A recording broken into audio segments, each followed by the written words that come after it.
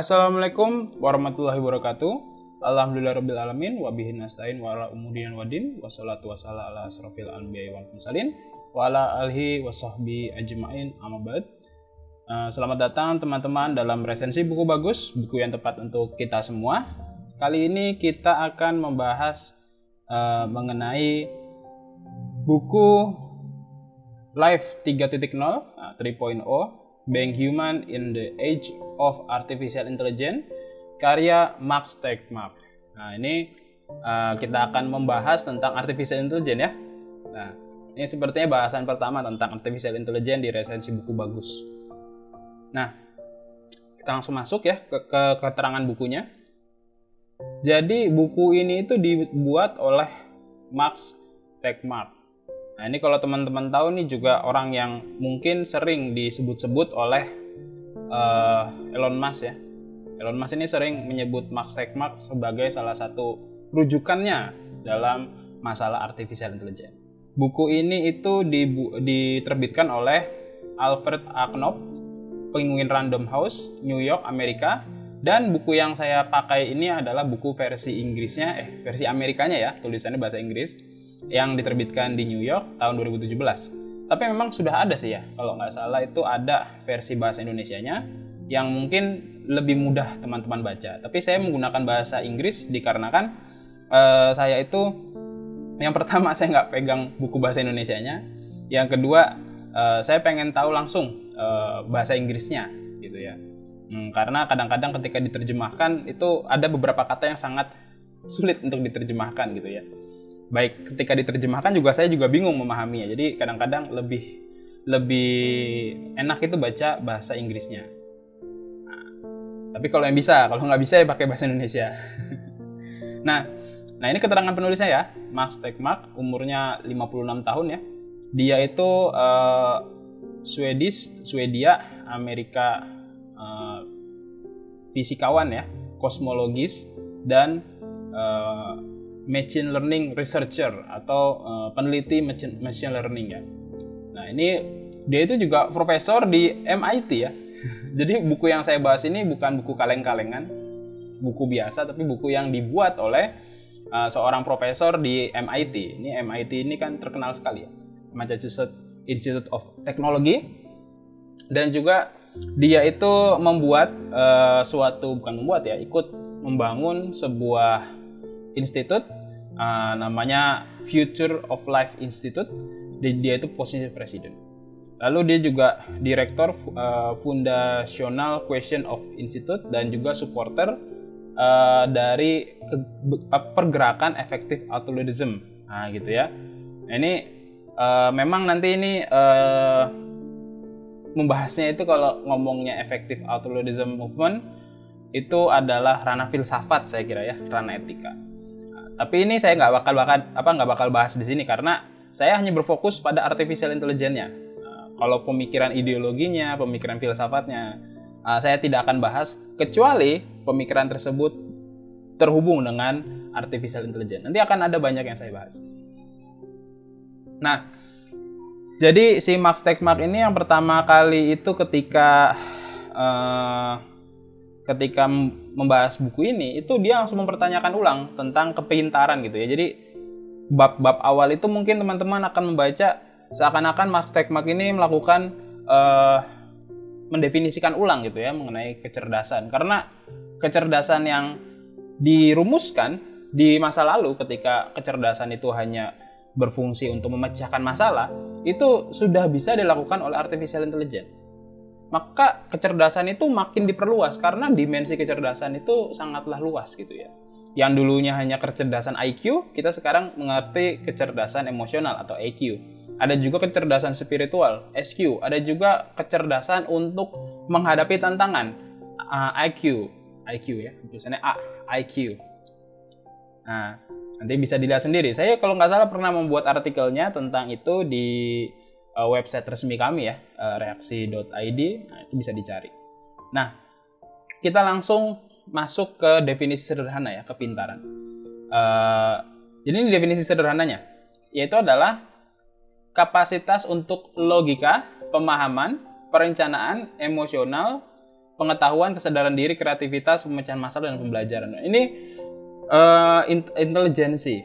Nah, tapi kalau misalnya kita lihat secara keseluruhan, ini secara general ini apa sih kepintaran itu? Nanti kita akan membedakan antara kepintaran manusia dengan kepintaran robot gitu ya. Nah, kalau manusia itu sama pintarnya kayak robot, berarti nanti manusia itu akan digantikan oleh robot atau artificial intelligence. Nah, maka apa sih kepintaran itu? Sebenarnya definisi sederhananya adalah kemampuan untuk menyelesaikan target yang kompleks atau tujuan yang kompleks. Itu kepintaran. Walaupun itu nanti ngomongin pemecahan masalah atau mungkin juga mencapai harapan-harapan tertentu atau mungkin juga untuk menjawab rasa penasaran. Intinya tujuan-tujuan ini itu kompleks dan kepintaran lah yang akan menyelesaikan membuat manusia bisa mencapai tujuan tersebut seperti itu. Nah, saat ini kita itu melihat manusia itu kan sekarang berdampingan dengan artificial intelligence. Nah, nanti para researcher ini sudah punya istilahnya sudah di tangan itu artificial intelligence. Mereka tidak memiliki satu hal, yaitu adalah artificial general intelligence. Jadi ketika kita berbicara kecerdasan, Max Tegmark itu mengakui bahwa manusia ini bisa mengejar banyak sekali tujuan dalam satu waktu. Jadi mengejar banyak tujuan dalam satu waktu. Sementara artificial intelligence hanya bisa mengerjakan satu tujuan dalam satu waktu. Misalnya, manusia itu ketika dia hidup, dia itu punya banyak tujuan ya, membesarkan anak, bekerja, sukses diterima secara sosial, lalu juga dia mendapatkan capaian karir gitu ya. Itu banyak ya, tujuan-tujuan ini banyak dan tujuan-tujuan ini itu bisa bergerak secara simultan. Tidak saling bertentangan. Inilah manusia mampu bisa mengintegrasi banyak tujuan dalam satu waktu. Bahkan gak usah kompleks membicarakan hal tersebut. Kita bicarakan mengenai ketika teman-teman itu berjalan dari rumah ke misalnya dari rumah ke sekolah, dari rumah ke tempat kerja, itu ada banyak tujuan yang kompleks. Maksudnya apa? Tujuannya memang dari rumah sampai ke tempat kantor, dari rumah sampai ke sekolah, dari rumah sampai ke kampus. Tapi ketika dalam perjalanan itu akan ada banyak ya. Misalnya tujuan pertama, saya itu naik motor, naik mobil, atau naik kendaraan umum. Kalau misalnya saya naik motor, jalurnya seperti apa? Kalau saya udah tahu jalurnya, ketika lagi di perjalanan, itu pasti ada dinamika kemacetan, dinamika motor-motor yang lain. Itu bikin tujuan baru juga. Untuk misalnya bermanuver lah di jalan raya. Itu bikin tujuan baru. Dan itu terus bermunculan tujuan baru. Bagaimana saya bisa mendahului mobil di depan misalnya? Itu tujuan. Setelah selesai mendahului mobil, ternyata di depannya ada bus. Bagaimana saya itu mendahului bus? Seperti itu. Nah, ini tujuan-tujuan itu banyak. Dan itu baru satu tujuan sederhana, pergi ke kampus. Nah, artificial intelligence ini memang dia itu bisa mengerjakan sesuatu yang sangat rinci, sangat detail, tapi dia hanya bisa berkembang di satu titik, di satu hal. Jadi manusia itu general, luas, artificial intelligence cuma satu hal. Misalnya jika kita ngomongin berhitung matematik, maka artificial intelligence itu nggak usah jauh-jauh deh, kalkulator. Manusia sama kalkulator sudah kalah. Manusia hanya perkalian mungkin perkalian 2 digit sama 2 digit masih bisa. Tapi jika sudah perkalian ribuan digit sama ribuan digit ya, yang digitnya ada 4 digit sama 4 digit, itu mungkin manusia agak kewalahan. Tapi komputer tidak ada masalah. Nah, ini di sana. Jadi komputer agak menguasai hal yang spesifik, mendalam, tapi mereka tidak general. Ketika mereka bisa menghitung matematik, mereka tidak bisa menghitung secara sosial gitu ya. Nanti kan akan kita jelaskan lebih lanjut ya, contoh-contohnya di hal-hal yang selainnya. intinya saat ini PR para ilmuwan artificial intelligence itu adalah menciptakan artificial general intelligence, yaitu adalah artificial intelligence yang mampu mengejar banyak tujuan. General itu umum. Nah, ini PR para ilmuwan artificial intelligence yang sampai saat ini mereka kesulitan. Karena artificial intelligence pasti hanya bisa memegang satu tujuan. Dan ini keunggulan manusia. Nah, maka mereka perlahan ya artificial intelligence ini meniru manusia. Dan memang artificial intelligence ini hasil dari tiruan manusia yang dikembangkan. Nah, misalnya manusia memiliki ingatan, artificial intelligence juga punya ingatan, tapi ingatannya bentuknya data bit 010101 seperti itu. Jadi artificial intelligence itu sebenarnya kalau kita bilang mereka mengingat, mereka ingat. Orang ini rekaman video ini ada kok kalau misalnya teman-teman lihat ya. Lalu ketika manusia itu menghitung, manusia itu menggunakan pendekatan fungsi, rumus. Jadi teman-teman itu kalau pakai rumus-rumus misalnya Pythagoras, itu adalah namanya rumus fungsi. Nah, kalau artificial intelligence itu menggunakan NAND gates. Nah, ini apa ya penjelasannya? Saya juga bingung ya sebenarnya karena saya bukan orang IT ya. Tapi ketika saya baca itu istilahnya sirkuit. Salah satunya itu yang paling teknologi yang ada transistor dan sebagainya. Transistor itu yang salah satunya yang paling jadul. Saat ini kita itu mempergunakan sirkuit. Mungkin teman-teman pernah dengar bahwa prosesor dual core, dulu itu dual core, habis itu quad core, habis itu sekarang prosesor ada i3, i5, i7, ada yang octa-core, ada yang banyak ya. Bahkan kalau misalnya di handphone itu ada yang core-core-nya cukup banyak. Core-core-nya itu gigahertz-nya itu tinggi. Nah, itu sebenarnya sirkuit. Jadi makin kesini makin canggih saja gitu kan. Nah, itu adalah cara mereka menghitung. Jadi manusia kalau misal menghitung secara matematik, mereka juga bisa menghitung secara matematik dengan NAND gates. Nah, kalau manusia ini ada caranya manusia itu belajar. Jadi belajarnya itu adalah dengan sistem jaringan saraf. Jadi teman-teman itu ada yang namanya neuron. Neuron itu adalah ingatan ketemu sama ingatan yang lain. Misalnya seperti gini. Ketika ada ingatan kemarahan, jadi ada namanya marah. Maka kita hubungkan bagaimana menghadapi rasa marah. Nah, ketika marah, maka kita hubungkan dengan bersabar. Nah, ini kalau kita terus ketika kita marah, kita menahan diri, kita menenangkan diri, kita bersabar gitu ya. Nanti lama-kelamaan akan muncul jaringan saraf di antara marah dan sabar. Sehingga ketika kita tiba-tiba ada rasa marah meledak-ledak, nanti akan ada kesadaran diri untuk kita sabar aja. Gitu. Itu namanya belajar dengan sistem jaringan saraf. Jadi rasa marah akan dengan sabar. Begitu juga dengan ketika ada orang marah, lalu tiba-tiba dia gebrak meja. Itu karena apa? Dia belajar dari itu, jaringan sarafnya. Jadi dia itu ketika marah, apa yang dilakukan? Digebrak meja. Terus dia gebrak meja. Akhirnya apa? Ketika marah, apapun yang terjadi, dia gebrak meja gitu ya. Kalau nggak ada meja, orang yang digebrak gitu ya. Jadi kalau teman-teman melihat, kok ada ya orang itu kalau marah langsung ringan tangan gitu ya. Itu karena dia terbiasa melakukan hal itu. Kalau dia mau belajar untuk tidak ringan tangan, maka ketika dia marah, dia harus diajarkan sabar. Dan itu harus dilakukan secara terus-menerus. Sehingga akhirnya terbentuk namanya hubungan saraf atau mielin. Mielin antara marah dengan kesabaran gitu ya. Nah, ini manusia. Bagaimana dengan kecerdasan buatan? Kecerdasan buatan meniru hal ini. Namanya machine learning. Nah, ini namanya algoritma atau machine learning. Mereka akan belajar misalnya manusia itu kalau misalnya manusia itu misalnya bertanya kepada mesin. Nah, mereka bertanya situs video. Lalu dia si mesin ini menunjukkan banyak situs video alternatif. Lalu ada si orang ini hanya ngeklik YouTube. Nah, mesin itu belajar.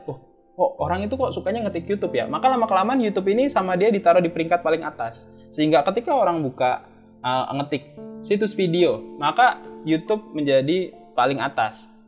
Itu namanya machine learning. Jadi mereka itu belajar. preferensi manusia. Oh, manusia itu ketika ngomongin situs video berarti YouTube. Walaupun situs video yang lain itu ada banyak, ada Dailymotion dan lain sebagainya. Tapi orang-orang kok sukanya YouTube ya? Ya udah YouTube taruh atas. Lalu ketika ada yang ngetik media sosial. Nah, ini media sosial yang mana nih yang muncul? Instagram kah, Facebook kah? Nanti mereka akan belajar tuh. Instagram, Facebook, atau Twitter, atau TikTok. Ini nanti akhirnya mesin itu belajar banyak yang mana yang paling sering diklik. Maka yang paling sering diklik akan menjadi alternatif paling tinggi gitu. Ini namanya machine learning.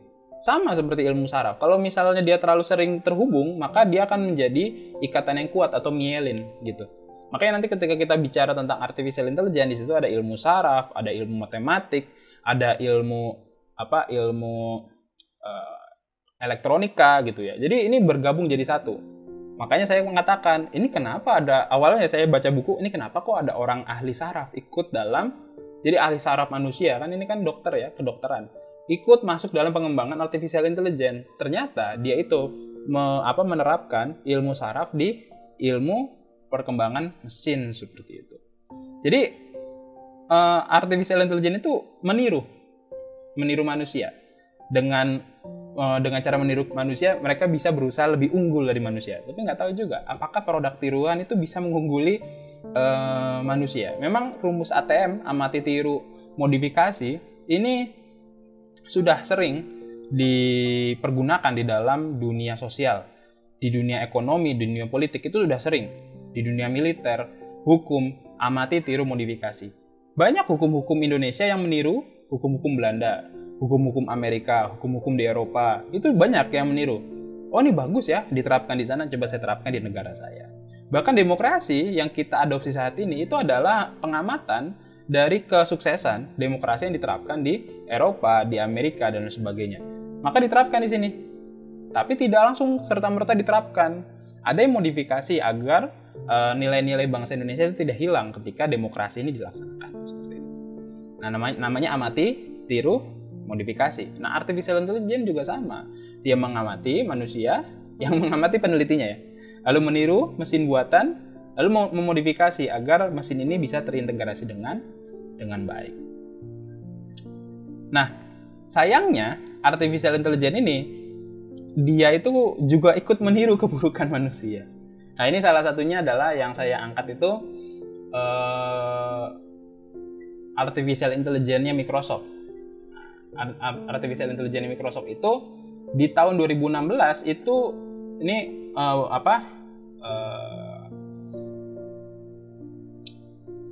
artikelnya saya ambil dari tahun 2016. Walaupun saya aksesnya itu baru kemarin.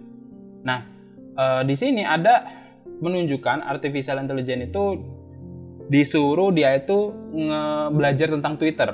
Jadi artificial intelligence-nya si Microsoft itu disuruh belajar tentang Twitter. Lalu dia mulai menjadi dalam tanda kutip ya rasis gitu ya. Karena dia belajar bagaimana algoritma data-data di Twitter akhirnya ditiru sama dia, data-data tersebut dia pelajari, dijadikan pengalamannya, dijadikan kediriannya, akhirnya jadi rasis. Jadi ya begitulah. Bisa dilihat sendiri, nanti bisa dibaca. Istilahnya jadi dia itu jadi sara lah.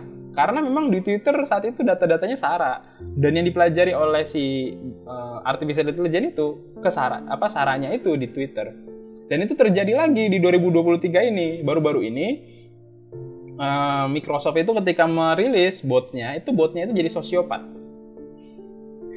Jadi ketika artificial intelligence ini meniru manusia, bukan hanya meniru cara kerja manusia, tapi juga keburukan manusia. Ada kebaikannya dan keburukan yang ditiru oleh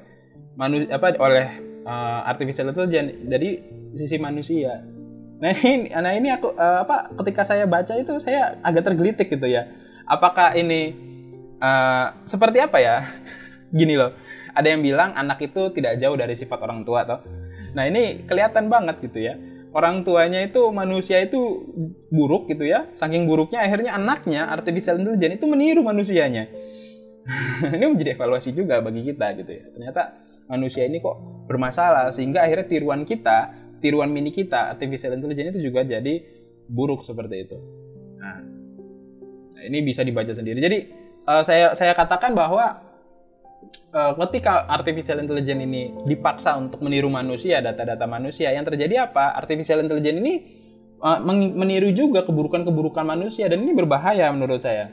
Karena nanti dia akan menyebarkan keburukan itu, menyebarkan hoax, menyebarkan kebencian dan lain sebagainya.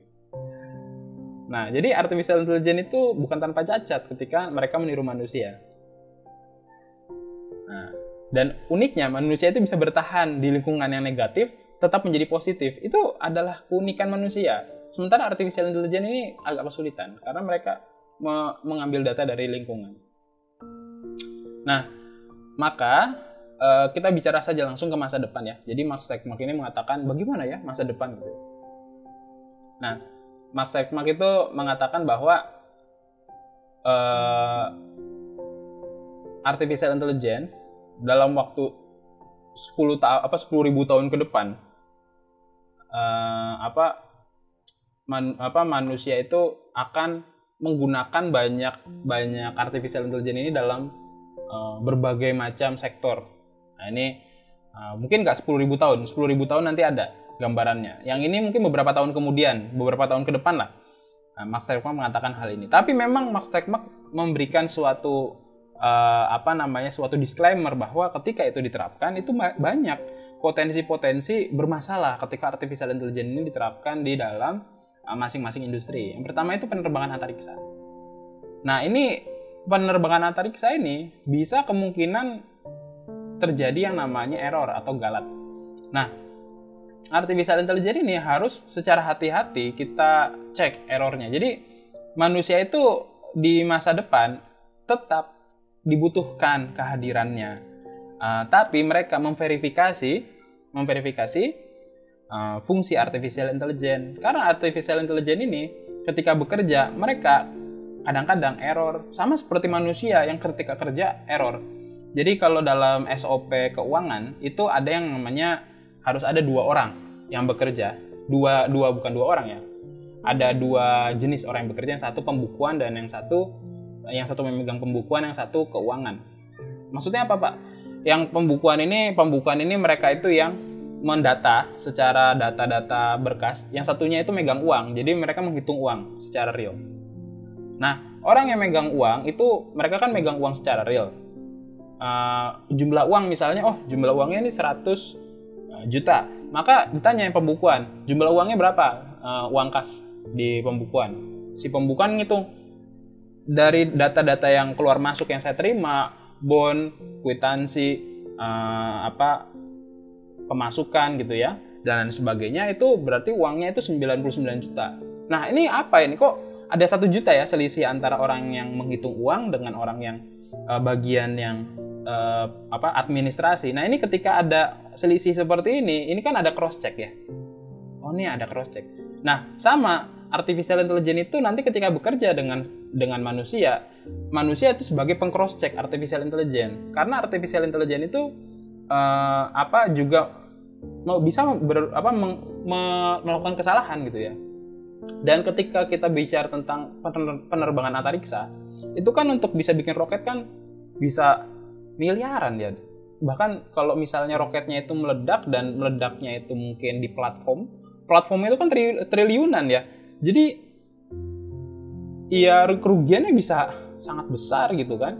Maka ketika penerbangan antariksa, ketika itu artificial intelligence itu dilibatkan dalam penerbangan, maka manusia itu harus memastikan apakah dalam perhitungan itu ada error atau tidak. Artificial intelligence bilang oke, manusia harus ngecek manusia harus ngecek apakah benar oke atau tidak. Bagaimana jika tidak oke? Nah, berarti kan ada yang bisa di cross check di sana. Atau manusia bilang oke, artificial intelligence bilang tidak oke. Nah, ini bisa saling meng-cross check gitu ya. Karena manusia itu melihat secara langsung, manusia itu memiliki kepekaan selain indrawi ya. Jadi ada yang namanya kepekaan intuisi. Jadi ada orang itu yang saya gelisah gitu, tapi nggak tahu kenapa saya gelisah. Itu intuisi. Intuisi itu dibangun dengan dengan pengalaman yang sangat banyak, dan itu tidak mudah dibangunnya. Dan ketika manusia itu sudah terlalu banyak di dalam suatu bidang ya, mereka itu akan membangun suatu intuisi ketika ada masalah. Ketika masalah belum terjadi, dia sudah bilang ini akan ada masalah. Nah, itu namanya intuisi. Nah, ini yang namanya keahlian bidang.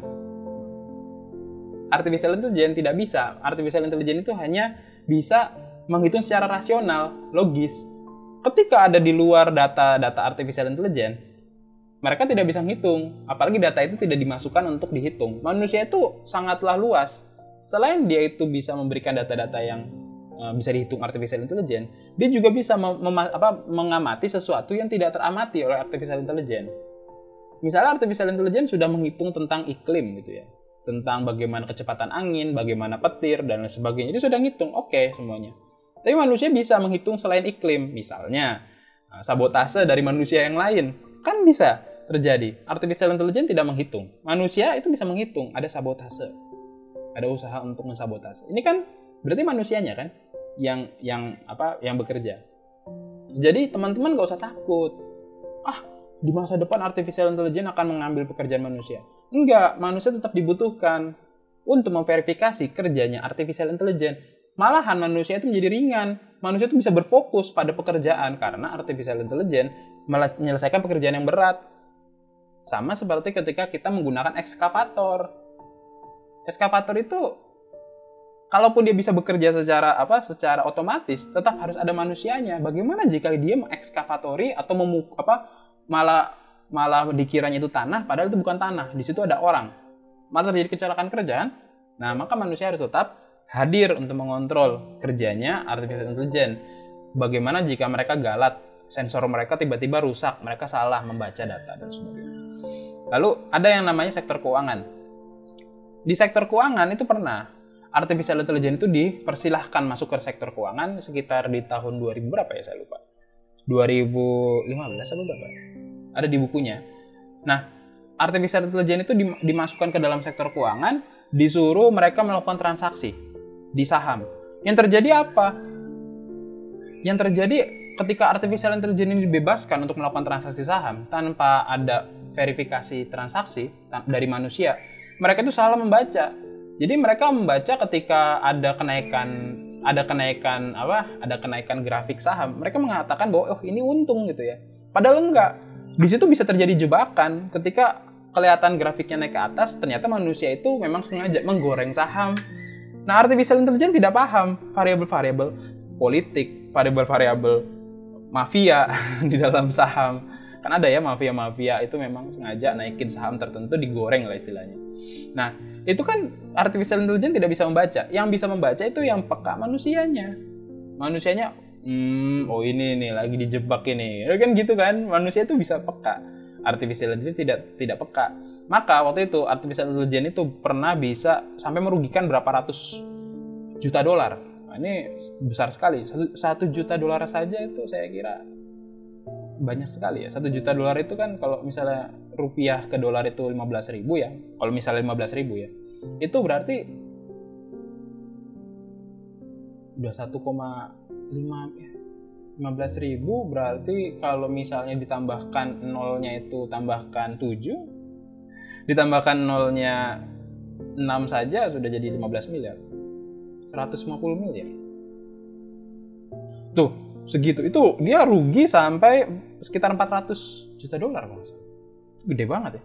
Itu saya kira rumah saya itu nggak ada apa-apanya.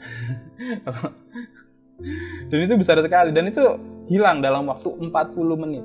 Jadi 40 menit dia online, dalam waktu 40 menit belum nyampe 1 jam itu sudah rugi 400 miliar dolar. 400 juta dolar. Seperti itu. Nah, maka di sektor keuangan artificial intelligence itu bisa melakukan analisis, tapi yang memverifikasi itu tetap manusia gitu ya. Nah, lalu bagaimana manufaktur? Di manufaktur tetap artificial intelligence ini membantu pekerjaan seperti melakukan perakitan, melakukan peleburan, dan ini malah membantu manusia. Misalnya dalam pekerjaan peleburan baja. Itu kalau manusia itu ikut campur dalam peleburan baja itu berbahaya karena di situ ada ada baja yang itu molten besi cair itu ya, besi cair atau baja cair itu kan panas sekali gitu ya. Kalau kena badan itu kan bisa langsung terbakar. Bahkan ketika kita pakai alat pelindung diri pun itu bisa tembus. Kalau ketika kita kesiram, kalau kita kecipratan mungkin masih ketahan, tapi kalau kita kesiram, langsung wassalam kan ya, langsung meninggal gitu kan. Maka ketika artificial intelligence masuk ke sana, itu bisa memperingan pekerjaan manusia, membuat manusia itu aman dari bahaya. Nah, berarti PR berikutnya adalah bagaimana peran manusia di manufaktur, yaitu adalah memastikan artificial intelligence ini tidak melakukan galat. Itu memastikan keamanannya. Banyak kejadian artificial intelligence ini malah robot itu malah melakukan kesalahan, tidak bisa membaca sensor, bahkan sampai menyerang manusia gitu ya, membunuh manusia gitu. Ada, nanti teman-teman bisa cari sendiri. Nah, kecelakaan kerja itu terjadi karena artificial intelligence ini salah membaca sensor. Mereka ada yang membaca sensor bahwa manusia itu adalah barang, jadi diangkat, dicapit sama dia. Ada juga kejadian artificial intelligence ini menganggap bahwa tidak ada manusia, ditabrak sama dia. Nah ini maka di manufaktur artificial intelligence ini bisa memperingan pekerjaan manusia, tapi kita jangan lupa bahwa mereka butuh butuh maintenance, butuh bantuan ketika terjadi error gitu ya. Dan kita harus memastikan jangan sampai terjadi kecelakaan kerja ketika dalam proses menyelesaikan menghadapi error tersebut gitu. Nah, juga transportasi. Transportasi ini memang kan di masa depan kita dibayangkan tidak ada supirnya gitu ya. Memang. Tapi kan tetap butuh kontrol manusia. Misalnya kondisi badai. Kondisi badai, apakah transportasi ini sensornya itu tidak terpengaruh? Bagaimana jika sensornya terpengaruh? Nah, ini kan bisa terjadi namanya galat gitu kan. Berarti manusia itu tetap harus masuk ke sana. Memang ada otomatisasi. Misalnya kita bicara tentang pesawat ya. Pesawat itu kan kalau terbang itu bisa sampai 10 jam gitu ya, kalau jarak jauh ya. Ada yang namanya autopilot di dalam pesawat itu. Tapi pilot itu tetap duduk walaupun autopilot. Mungkin pilot tidak perlu megang gagangnya gitu ya. Tapi sistem autopilot itu tetap harus dikontrol oleh sang pilot dan co-pilot karena takutnya terjadi yang namanya pembacaan yang salah gitu ya. Banyak kejadian-kejadian sistem autopilot itu malah melakukan error gitu ya. Dan itu berbahaya ketika autopilot itu error, malah salah membaca ketinggian, salah membaca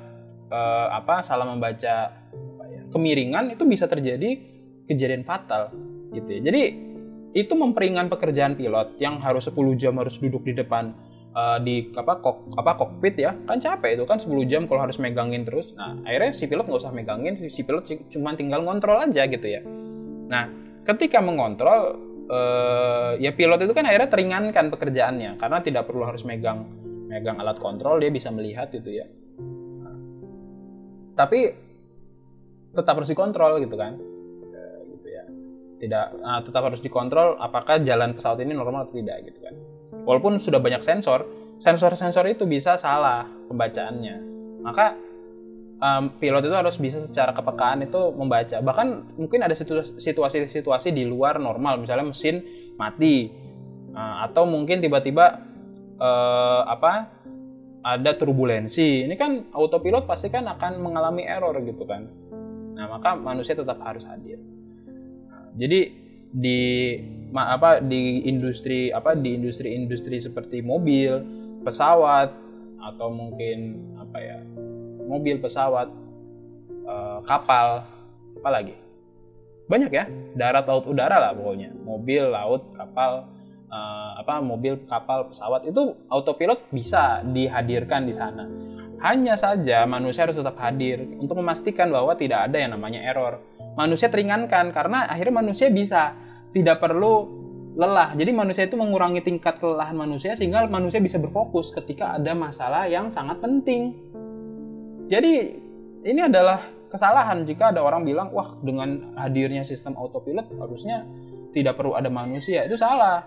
Autopilot pun bisa tetap error gitu ya. nanti errornya kan terus dipelajari, nanti mereka juga akan menyelesaikan masalah error tersebut. Oh iya, kalau misalnya cuman drone-drone kecil, kalau misalnya pesawat bawa nyawa manusia, apakah kita bisa serta-merta membiarkan itu pada mesin gitu kan?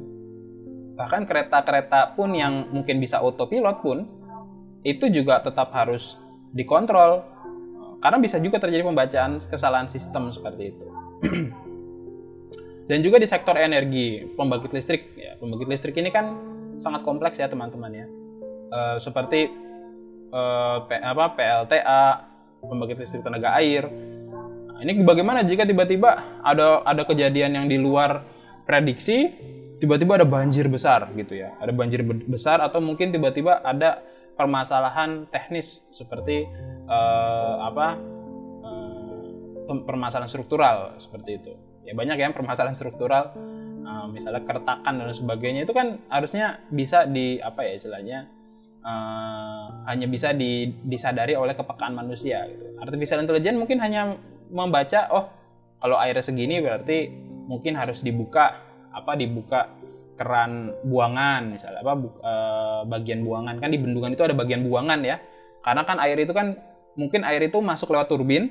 Tapi kalau misalnya berlebihan, mereka tidak masuk lewat turbin, tapi mereka lewat bagian buangan. Nah, tapi ada kalanya manusia itu memutuskan bahwa turbin itu harus di-stop. Harus di-stop. Misalnya, ada kejadian-kejadian tertentu di mana turbin ini bermasalah. Artificial intelligence ternyata tidak memahami gitu ya. Maka manusia yang harus turun tangan gitu. Karena ini kompleks. Kalau misalnya teman-teman tahu, itu sensornya sangat banyak ya. Di dalam sebuah industri yang sangat besar itu sensornya sangat banyak. Dan itu tidak menutup kemungkinan terjadinya error gitu ya.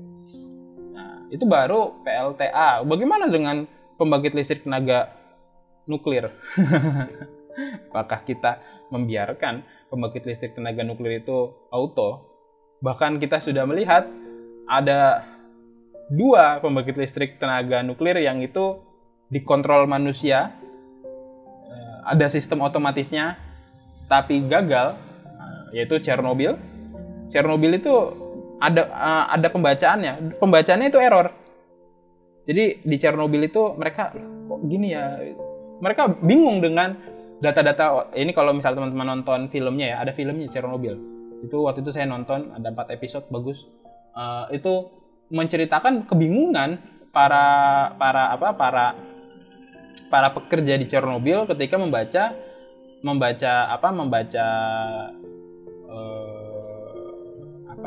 sensor gitu ya. Nah, itu terjadi. Ini manusia loh, manusia yang benar-benar itu paling ahli, paling jago, para ilmuwan, pendidikannya tinggi, kebingungan ketika melihat pembacaan sensor, karena itu di luar dari masalah sensor itu, yaitu adalah desainnya yang bermasalah, desain core-nya yang bermasalah. Nanti teman-teman bisa nonton. Lalu di Fukushima ini sudah dihitung nih semuanya nih. Sudah dihitung, bahkan ketika ada tsunami mereka sudah ngitung, oh kayak gini. Ternyata gagal juga tuh. Karena ternyata secara desain, ternyata Fukushima itu menempatkan bagian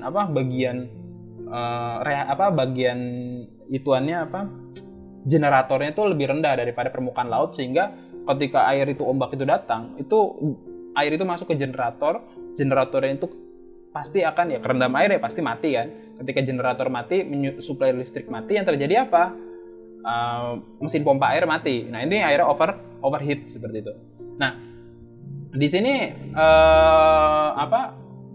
banyak variabel-variabelnya ketika kita berbicara energi. Nuklir, air, batu bara, diesel, itu banyak variabel-variabelnya, dan itu sebenarnya dipegang manusia yang ahli pun, yang jago, yang terus bisa fokus gitu ya, itu aja bisa kebobolan gitu. Apalagi kita menyerahkan pada sistem otomatisasi, itu sangat resiko.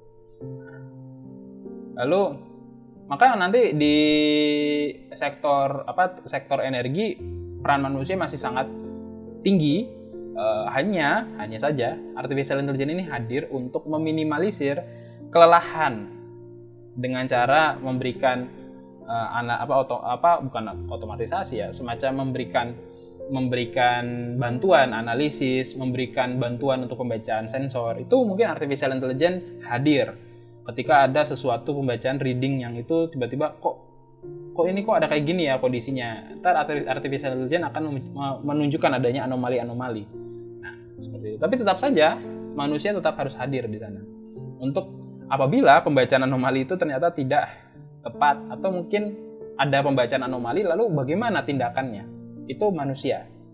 Lalu di kesehatan juga sama ya. Di kesehatan itu benar-benar sekarang kita itu dihadapkan dengan artificial intelligence yang itu bisa melakukan operasi. Itu keren banget menurut saya. Walaupun memang kita nggak tahu ya kapan itu bisa hadir di seluruh fasilitas kesehatan di Indonesia ya. Itu kan bisa menggunakan robot. Jadi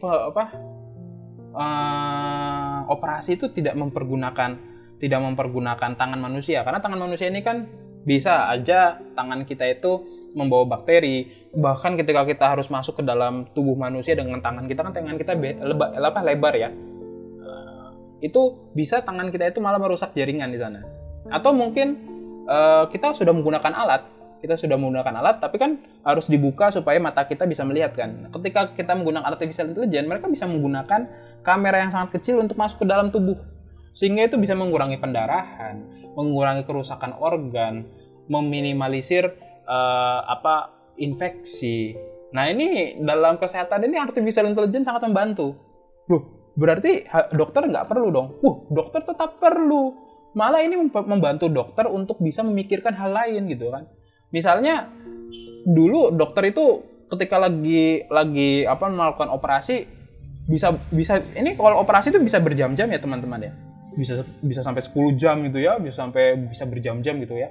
Dokter itu harus terus berdiri dan itu dia harus terus membantu operasi. Nah, ini bisa kita bayangkan gitu betapa lelahnya menjadi dokter. Dan ketika dokter melakukan operasi, dia harus tenang gitu ya. Nah, ketika ada hadirnya otomatisasi, hadirnya artificial intelligence di sana, dokter ini tidak perlu lagi berdiri. Dia bisa sambil menatap layar menganalisis. Ketika misal ada masalah, dia bisa membagi fokusnya. Tidak perlu harus stay di sana. Dia bisa berpikir, gimana caranya.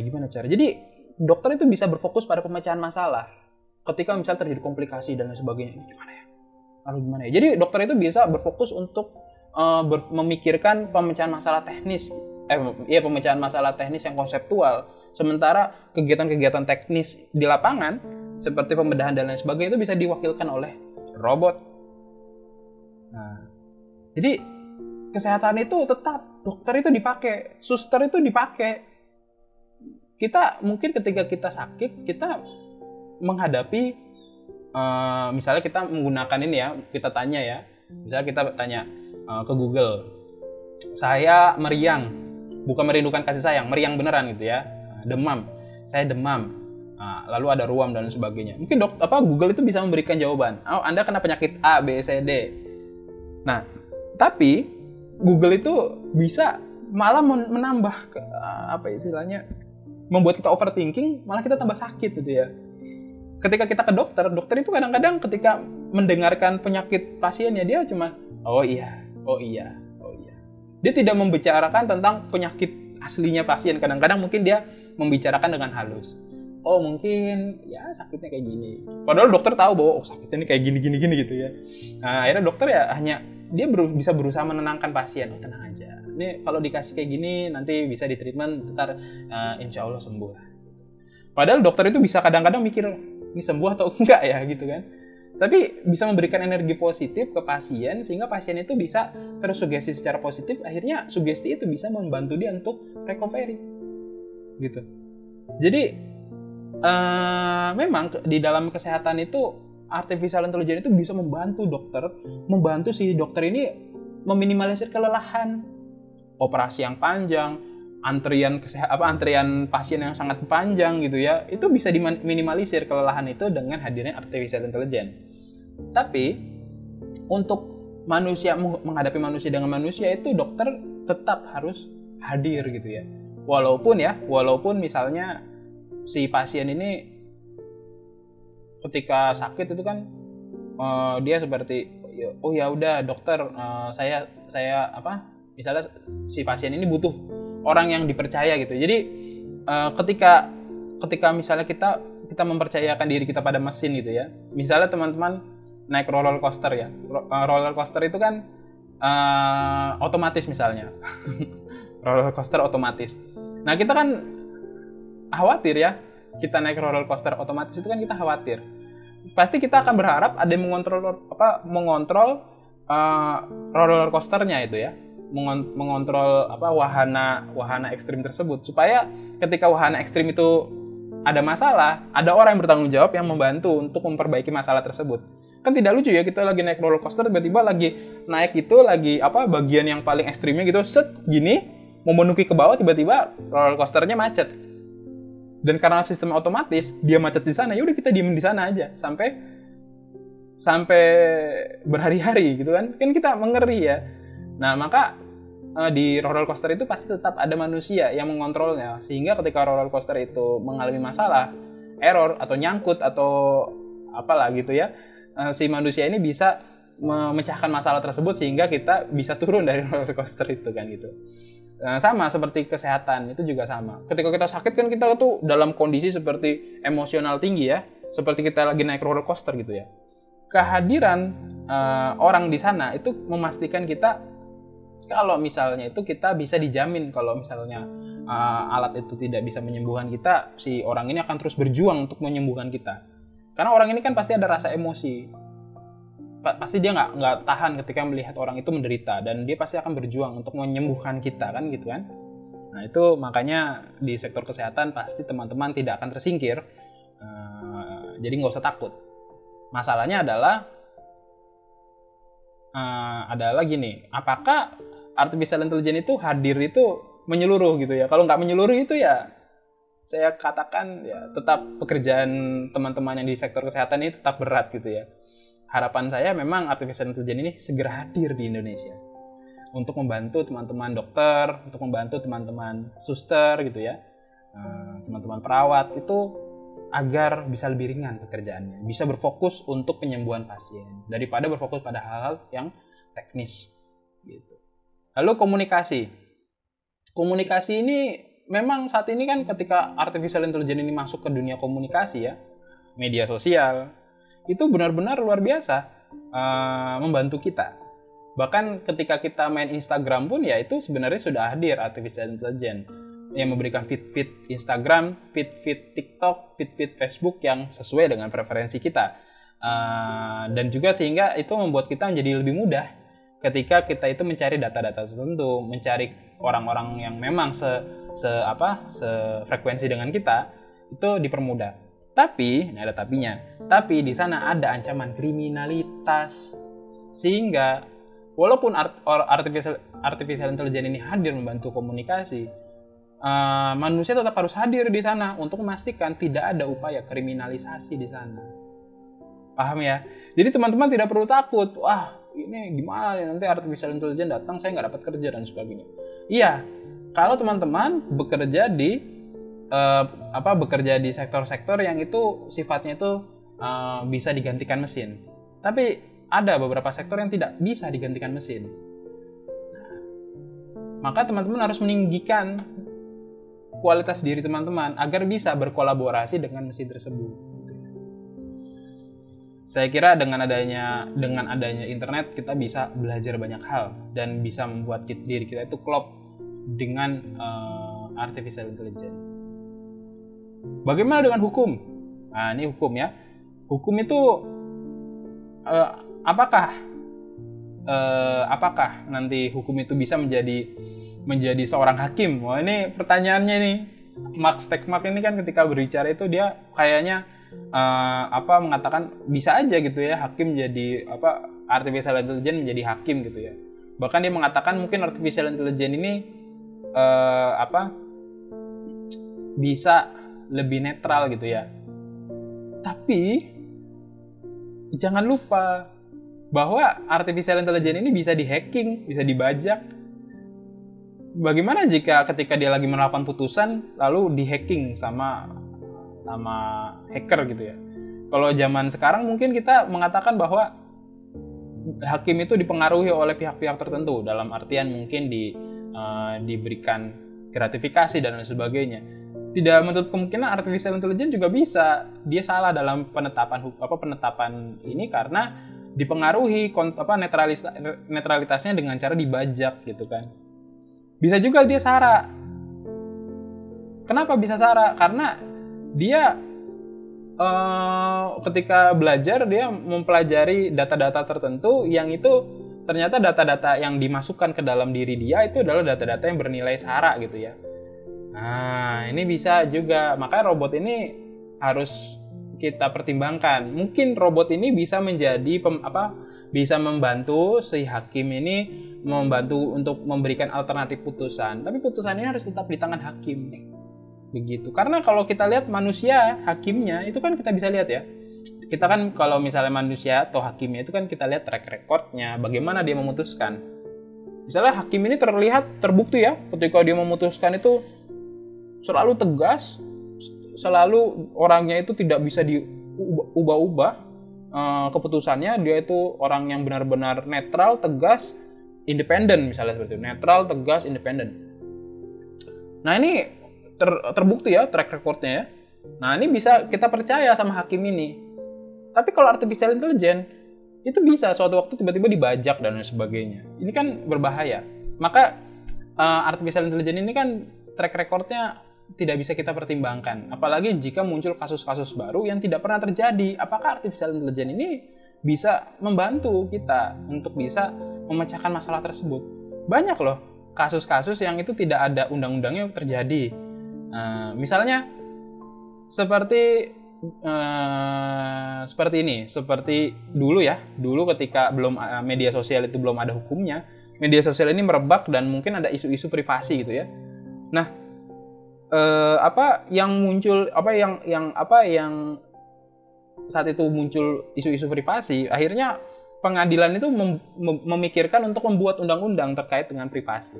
Nah, seperti itu. Maka hakim ini tetap diperlukan untuk bisa ketika ada sesuatu yang tidak pernah dihukumi muncul gitu ya. Jadi tidak perlu takut teman-teman yang ada di sektor hukum, wah gimana nih artificial intelligence akan menggantikan saya nih. Enggak. Artificial intelligence akan membantu kita untuk memberikan alternatif putusan. Tapi bagaimana putusannya? Tetap di tangan manusia, seperti itu.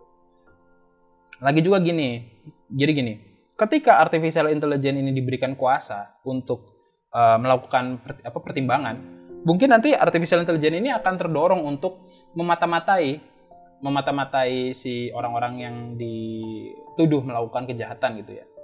Nah, dengan kata lain apa? Dengan kata lain itu bisa muncul isu privasi.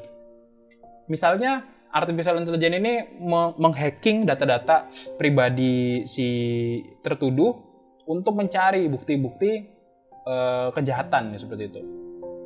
Nah, ini namanya pelanggaran privasi. Padahal data-data itu ya data-data pribadi gitu ya. Data-data punya dia gitu ya. Nah, ini bagaimana? Apakah hakim robot ini bisa diberikan kekuasaan yang sangat tinggi gitu ya, sampai dia bisa membongkar-bongkar data, atau hakim ini dibatasi saja gitu ya. Dibatasi saja, jangan sampai dia itu mengakses banyak informasi tentang tertuduhnya gitu ya. Ini bagaimana ini? Makanya nanti masih banyak perdebatan tentang hakim robot ini. Apakah dia hanya membantu kita menganalisis putusan berdasarkan undang-undang, atau bahkan sampai dia itu bisa menganalisis data-data istilahnya dia menjadi detektif juga gitu ya. Dia menjadi detektif, dia menjadi hakim. Oh, hebat sekali dia. Hakim, detektif, jaksa jadi satu. Artificial intelligence keren banget menurut saya, tapi berbahaya. Dia jadi seperti penguasa seperti itu. Nah, maka ada juga dalam hukum ini nanti akan ada kontroversi legalitas pengembangan artificial intelligence. Artificial intelligence ini dikembangkannya ke arah mana? Nah, ini juga menurut saya juga sangat penting gitu ya. Nah, ini nanti bahasannya itu lebih banyak itu di buku itu ya, kontroversinya. Apakah artificial intelligence ini boleh masuk ke semua sektor atau sektor-sektor tertentu? Apakah artificial intelligence ini boleh masuk ke sektor sosial? Karena kalau masuk ke sektor sosial nanti dia bisa memanipulasi manusia gitu kan. Nah, sesuai dengan keinginan si pembuat artificial intelligence ini gitu ya. Atau ketika dia diperbolehkan masuk ke sektor-sektor militer, wah dia bisa menjadi pembunuhan massal seperti itu. Maka bagaimana legalitasnya? Itu masih dipikirkan juga. Apakah ini juga di urusan hukum juga ya? Apakah AI ini bisa dihukum? Kalau manusia dihukum bisa ya. Misalnya manusia itu bikin masalah gitu ya, terus di penjara, masalahnya bisa hilang. Bagaimana dengan artificial intelligence? Apakah bisa dihukum? Misalnya dia seperti virus gitu ya, dia tersebar gitu ya. Misalnya kita lagi mengetik tiba-tiba masuk virus ke laptop kita error. Apakah virus di laptop kita bisa kita hukum? Kalaupun kita delete virus di laptop kita, virus-virus di luar sana masih banyak. Apakah virus-virus di luar sana bisa kita hukum? Kan nggak bisa. Sama ketika artificial intelligence itu bisa menggandakan dirinya seperti virus. Ketika dia masuk ke laptop kita, lalu dia bikin masalah di laptop kita, lalu kita delete, lalu kita bawa ini ke pengadilan mengatakan artificial intelligence ini dibunuh. Karena dia itu sudah dia itu membuat kerusakan. Maka ini seperti perburuan artificial intelligence ini sangat susah ya. Kalau nanti dunia itu sudah makin maju, peradaban manusia makin maju, server-server itu makin banyak gitu ya, ini artificial intelligence itu seperti virus. Kalau sekarang virus itu kan kecil ya. Bagi kita kecil, walaupun aslinya dulu virus itu besar. Dulu saya ingat virus itu bisa sampai 30 mega. Dulu 30 mega besar sekali. Jadi ada virus yang itu kerjaannya itu memang memberatkan hard disk dengan cara mereplikasi dirinya. Satu virus itu bisa 30 megabyte. Tapi bagi saya sekarang 30 megabyte itu kecil. Dulu itu besar. Karena dulu kapasitas hard disk itu kalau nggak salah 50 giga. 30 mega terasa. Kalau misalnya dia mereplikasi dirinya jadi 100 aja. Itu udah terasa sampai 3 giga kan. Nah, itu 3 giga itu terasa sekali. Tapi sekarang 3 giga itu ya kayak ya biasa aja gitu ya. Orang flash disk aja bisa sampai 64 giga gitu kan. Nah, nanti juga artificial intelligence juga bisa mereplikasi dirinya gitu ya. Sama seperti itu. Dan mungkin nanti dia layaknya virus hari ini gitu kan. Ini bagaimana? Apakah dia bisa dibawa ke ranah hukum? Nah, jadi ada yang juga mengatakan bahwa artificial intelligence ini bisa masuk ke dalam senjata gitu kan. Nah, senjata ini ketika kita itu berikan dia kepintaran, bagaimana? Apakah si senjata ini itu bisa tepat dalam pembacaan asumsi dan data? Bagaimana jika dia error? Dia menganggap bahwa ini adalah teman padahal lawan, adalah lawan padahal teman gitu ya. Nah, ini bisa terjadi kemungkinan kesalahan pembacaan asumsi dan data. Dan juga ada yang namanya tidak ada pertimbangan etis. Jadi ini ada beritanya ya. Amerika itu memasukkan artificial intelligence ke dalam drone-nya. Drone yang bisa bawa roket itu ya.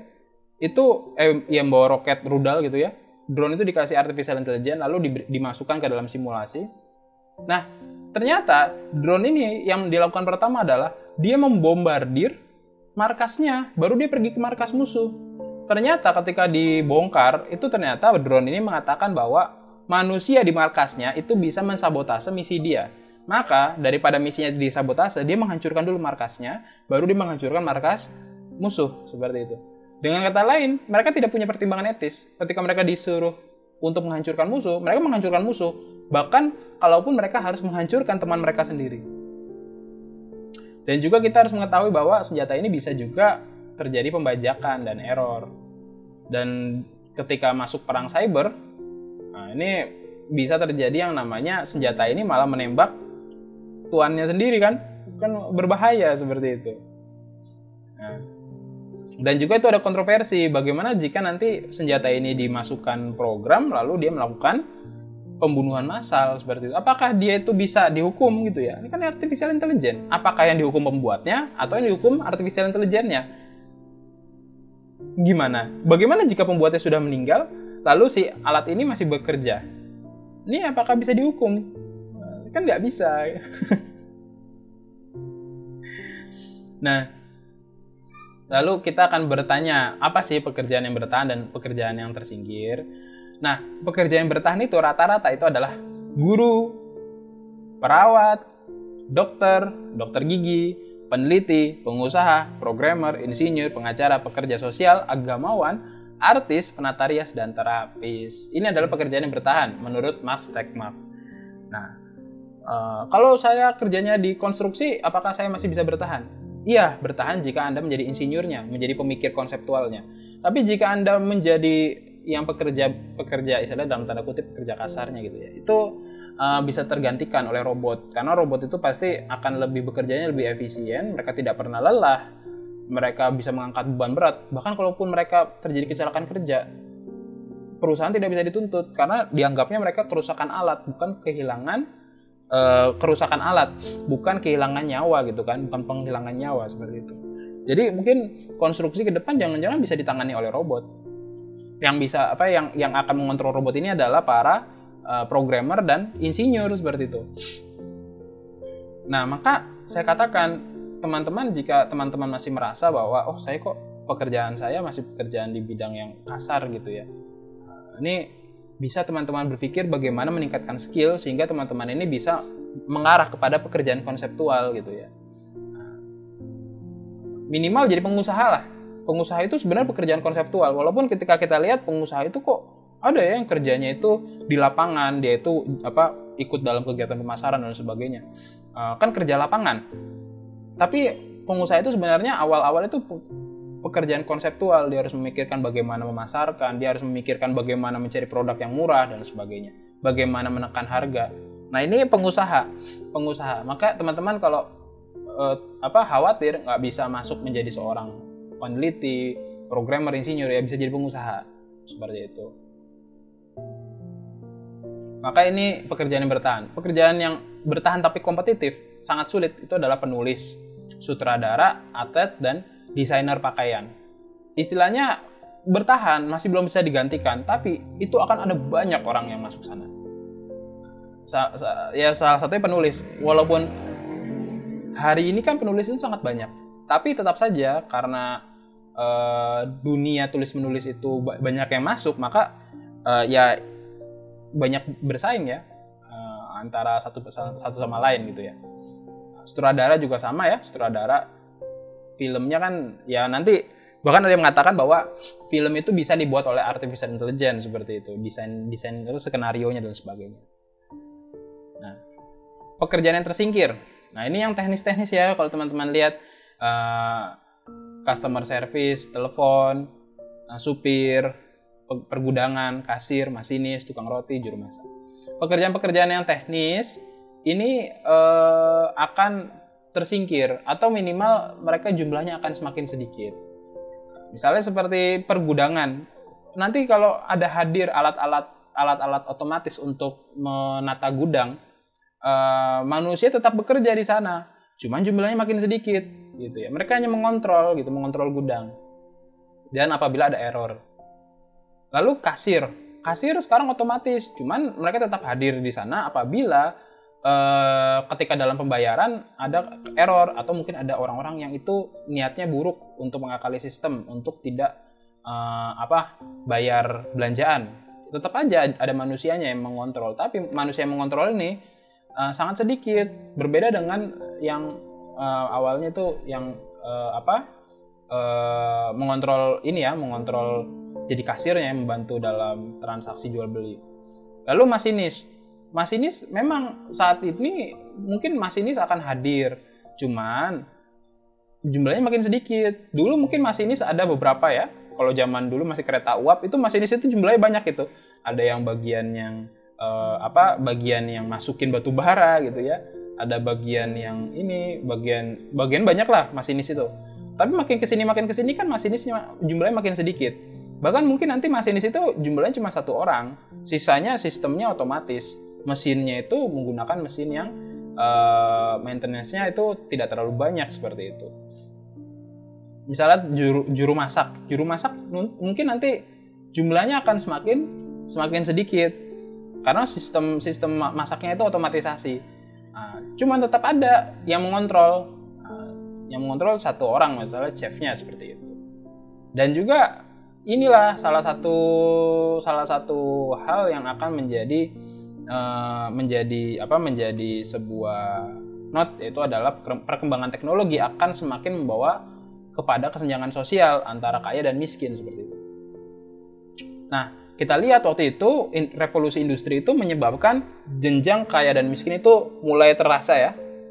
Nah, ini jenjangnya seperti ini. Lalu revolusi industri berikutnya kayak gini. Lalu saat ini itu jenjang keseimbangan antara yang kaya dan miskin itu sudah cukup tinggi. Nanti ketika ada lagi itu makin tinggi aja gitu ya kesenjangannya.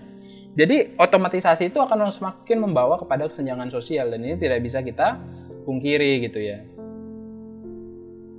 Nah, terus bagaimana permasalahan ini? Nah, ini permasalahan sosial ini.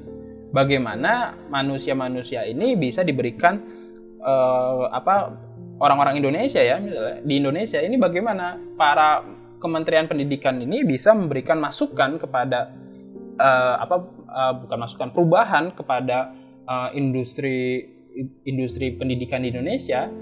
Saya sebut industri karena kan sudah banyak bisnis pendidikan ya, sekolah swasta dan sebagainya. Lalu juga bagaimana bisnis pendidikan ini ada pelatihan-pelatihan ini, kan itu pelatihan-pelatihan itu bisnis juga ya, baik pelatihan online maupun offline. Ini bagaimana Kementerian Pendidikan ini bisa membantu mereka ini untuk menyiapkan skill-skill yang akan berkolaborasi dengan artificial intelligence di masa depan seperti itu. Dan ini dia teman-teman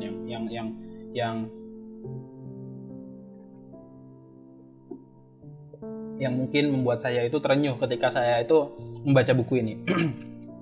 Jadi kita itu harus beradaptasi. Kita tidak bisa melawan artificial intelligence, karena jika kita melawan, kita akan ketinggalan dengan bangsa yang mengadaptasi artificial intelligence itu duluan. Maka kita harus beradaptasi untuk bisa meningkatkan skill kita agar kita itu mampu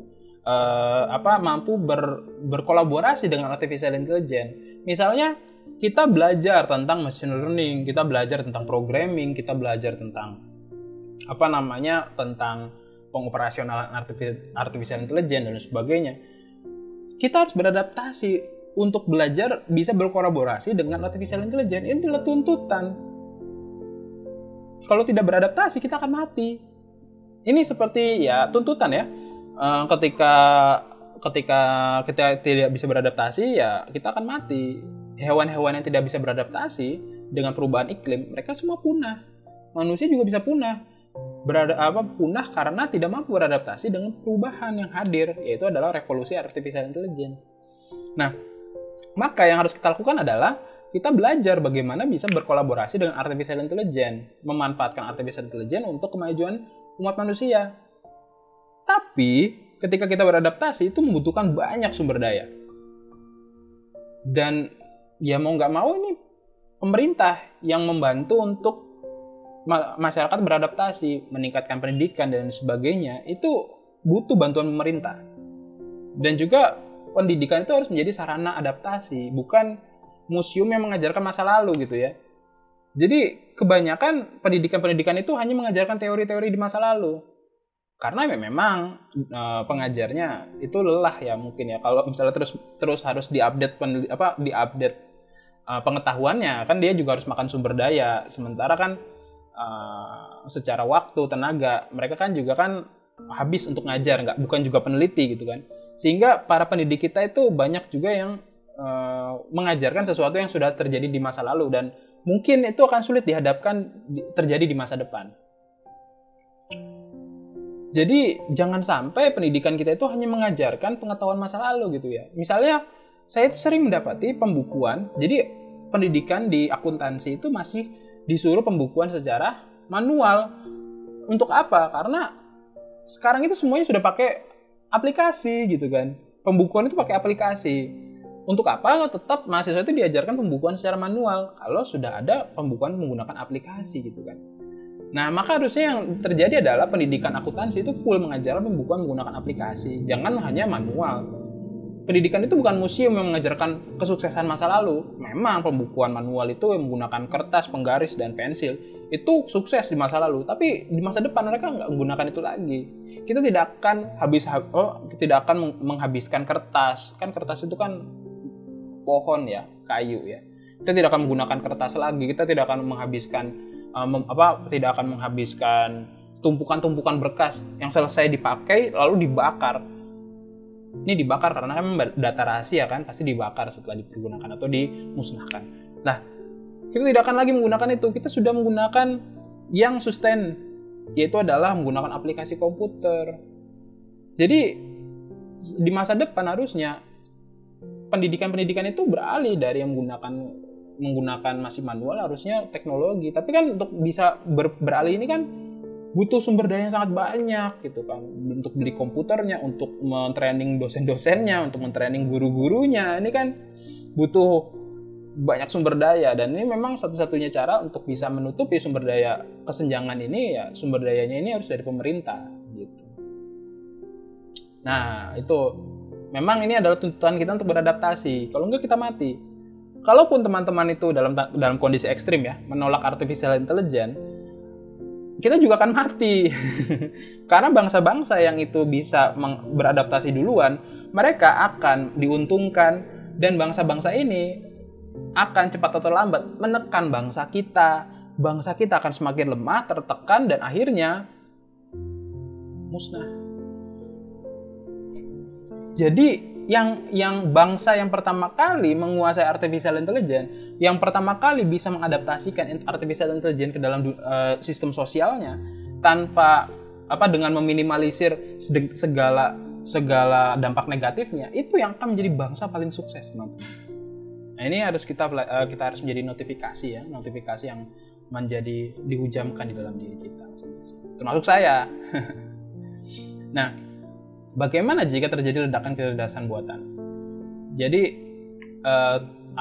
Max Tegmark ini bercerita bagaimana hidup di bawah ledakan artificial intelligence. Bagaimana jika artificial intelligence ini mengendalikan seluruh hal di dunia ini? Maka kelompok manusia yang menguasai artificial intelligence akan mengendalikan dunia. Tetapi kelompok ini akan kehilangan kontrol terhadap artificial intelligence. Tapi jika kelompok ini kehilangan kontrol terhadap artificial intelligence akan membentuk AGI. Ini gambarannya di bawah Max Tegmark ya. Nanti akan saya kritik karena saya katakan agak sulit membayang apa terjadi seperti gambarannya si Max Tegmark. Jadi Max Tegmark ini membayangkan bahwa akan kelompok manusia yang mengendalikan artificial intelligence dan membentuk artificial general intelligence yang mampu membuat AI itu menentukan tujuannya sendiri. Sehingga teknologi itu akan merubah masyarakat yang berbangsa-bangsa dan bersuku-suku ini menjadi satu jenis lah, satu bangsa dan satu pimpinan politik, satu sistem ekonomi gitu ya. Ini gambarannya si Max Tegmark. AGI akan mendorong manusia untuk saling berinteraksi dengan satu bahasa, satu budaya, sehingga menguatkan kekuasaan artificial intelligence. Nanti akan saya kritik. Nah, kritiknya ini adalah satu, manusia itu sulit disatukan dalam sebuah otoritarian kelas dunia. Karena yang pertama, bukan hanya satu kelompok manusia yang mengembangkan artificial intelligence, alias bukan hanya Amerika, tapi Jepang, Cina, India itu juga ikutan mengembangkan. Jadi dengan kata lain, manusia-manusia yang mengembangkan artificial intelligence bukan Amerika saja. Dan ketika manusia ini ingin ditaklukkan oleh artificial intelligence, manusia itu mampu berperilaku secara paradoksal. Dalam artian paradoksal itu adalah manusia itu bisa di depan itu mendukung artificial intelligence, dia bersenyum-senyum gitu, tapi di belakang dia berusaha untuk mengalahkan artificial intelligence. Ini bisa terjadi. Manusia itu paradoks. Manusia itu bisa menjalankan dua perilaku yang berbeda. Dan dua-duanya itu bertentangan. Misalnya, berpikir paradoksal. Misalnya, cinta. Ini teman-teman yang sering dengerin tentang permasalahan dinamika cinta di tanah air mungkin menyadari bahwa seseorang yang mencintai seseorang lain itu bisa selingkuh. Padahal harusnya ketika dia mencintai, dia tidak selingkuh. Tapi ketika ditanya, kamu cinta kan sama aku? Iya. Kalau kamu cinta sama aku, kamu jangan selingkuh. Aku cinta sama kamu dan aku nggak mau selingkuh. Dan aku nggak suka selingkuh. Tapi kenapa ya ketika aku ketemu sama dia, aku jadi cinta juga sama dia. Jadi manusia itu bisa paradoks. Mencintai dua orang yang kedua-duanya ini tidak mau. Ketika mereka itu dicintai, mereka tidak mau diselingkuhi dua-duanya. Tapi bisa seperti itu. Atau mungkin seperti ini. Kita itu mengatakan bahwa saya nggak suka dibohongi. Tapi kita berbohong. Atau kita selalu ngomong, berbohong itu buruk. Tapi kita dalam titik tertentu kita bohong. Itu bisa terjadi karena manusia itu bisa paradoks. Bisa melakukan 2 atau 3 atau 4 hal yang bertentangan sekaligus. Dan manusia ini tidak bisa ditaklukkan oleh artificial intelligence karena manusia itu berpikirnya paradoks. Kalau teman-teman nonton film ya, Psycho-Pass, itu anime, itu bagus banget. Dan saya baru kepikiran, artificial intelligence itu kan ceritanya artificial intelligence itu mengontrol semua manusia.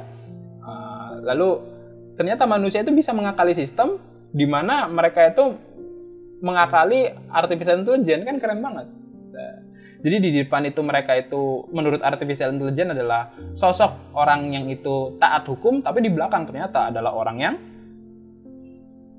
kriminal.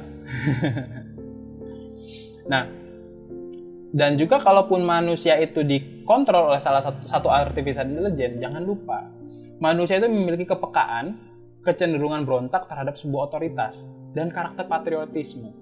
Jadi teman-teman kalau misal menganggap bahwa manusia itu akan tunduk di bawah artificial intelligence, teman-teman salah. Belum hadir saja artificial intelligence, manusia itu sudah ada rasa ingin berontak terhadap hal tersebut. Apalagi jika dia hadir. Dan saya katakan bahwa podcast saya hari ini itu adalah usaha saya untuk memberontak terhadap dominasi artificial intelligence agar manusia itu bisa tetap menjadi seorang tuan. Jadi manusia itu punya sebuah usaha untuk memberontak. Bahkan terhadap otoritas yang paling kuat sekalipun. Jangan lupa, mungkin Mas Tekmak nggak kepikiran atau gimana ya. Di Indonesia, itu sudah terbukti kita itu menghadapi otoritas yang sangat kuat. Siapa itu? Bangsa Barat. Ketika bangsa Indonesia baru saja merdeka, lalu tiba-tiba hadir bangsa Barat yang diwakili Belanda. Di sana itu ada Inggris dan juga ada Gurkha itu tentara bayaran India, datang ke Indonesia lalu melakukan serangan-serangan terhadap bangsa Indonesia. Mereka menggunakan tank, mereka menggunakan artileri, mereka menggunakan pesawat untuk menaklukkan bangsa Indonesia. Apa yang terjadi? Bangsa Indonesia yang sangat-sangat keterbatasan ini dengan senjata hasil rampasan, senjata hasil sumbangan, dengan bambu runcing, dan dengan seragam ala kadarnya, kita berani menghadapi bangsa-bangsa yang paling kuat. Bangsa yang baru saja memenangi Perang Dunia Kedua. Dan kita tidak takut, kalaupun harus mati. Itu namanya patriotisme. Itu adalah usaha untuk melakukan pembebasan, kemerdekaan, bahkan kalaupun harus kehilangan nyawa. Apakah artificial intelligence memiliki patriotisme? Tidak ada. Apakah mereka bisa memahami bahwa dominasi mereka itu akan digoyang oleh orang-orang yang berani mati? Bahkan ketika ada opresor yang sangat kuat, manusia ini malah semakin semangat untuk melawan. Jangan lupa, dominasi yang paling kuat ini malah mendorong manusia itu makin berani. Kita bisa lihat pemberontakan itu terjadi ketika ada negara yang itu terlalu otoriter.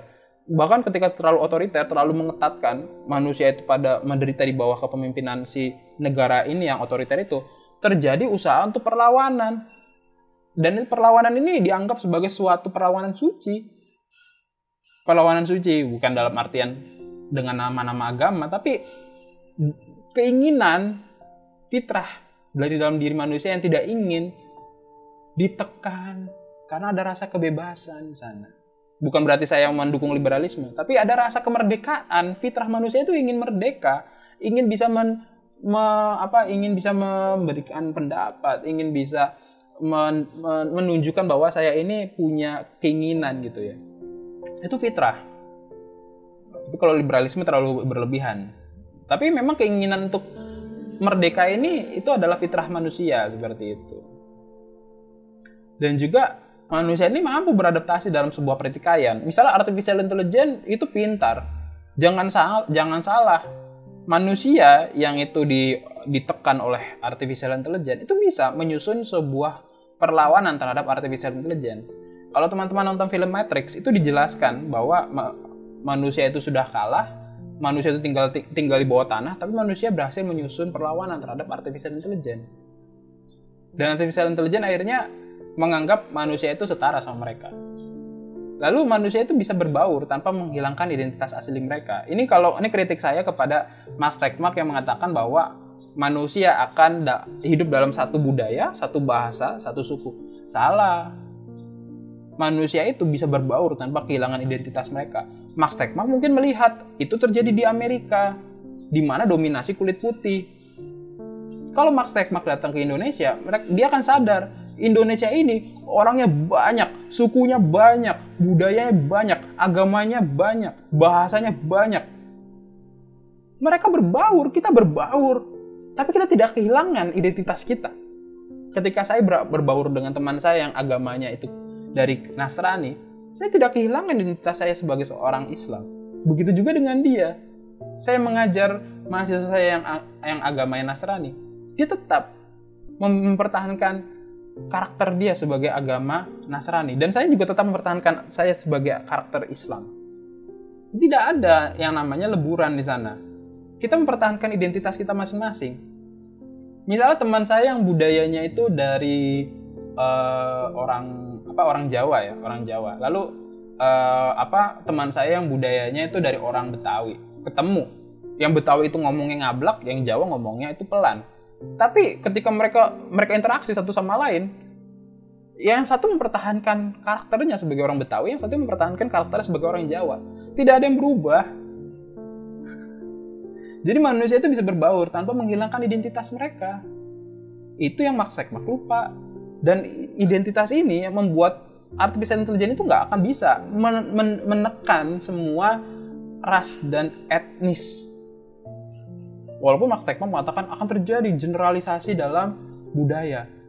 Tidak ada, yang ada adalah setiap orang akan mempelajari budaya-budaya dari masyarakat yang lain, lalu berusaha untuk toleransi, bukan menghapus. Max Tegmark itu tidak tahu Indonesia ini seperti apa. Di sini itu banyak.